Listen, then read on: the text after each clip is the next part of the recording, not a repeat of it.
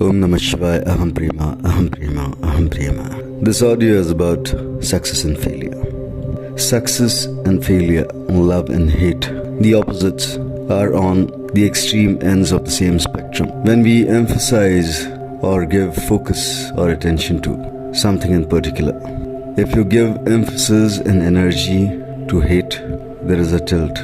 That becomes your reality then. It's like there is a room which has two doors in it, and energy flows through from the opposite end, the adjacent end of the door, and moves out through one door. And all of a sudden, if you close that door, then all this energy build up will find its vent through the other door. This flow of the current from the past is the karma. It has to flow in one direction, where we do not have our own choice really, because we are unaware, unconscious. So when we become conscious, aware, we have the choice to somehow put in the effort to close that particular door to failure or to hate. All that we need to do is just close this door and focus on the other end of the spectrum, and the tilt automatically happens. This tilt cannot happen in one day. It is a constant effort, but yes, it is a determined one, and it is spontaneous too. So the decision or the choice is always spontaneous, but the follow through may take a little while longer. So hang in there and keep all your life energies focused on the things that you really want from what you have at this present moment. Staying in a state of childlike, innocent enthusiasm is important to manifest things in life. That enthusiasm could be seen on the face even. So it is very important to introspect not just the within but also the exterior. Introspection is meditation, it's the key, but we also need to meditate on what is this being, not just at the core but also at the surface. So if there is somebody who is not really happy, his happiness is seen on the surface, but he does not know, and he does not do anything about it. The moment the person starts to introspect, not just going within, but finding the absolute from the surface to the core. So either you start at the surface or at the core. You can change from any end. If you change the exterior, the interior gets affected.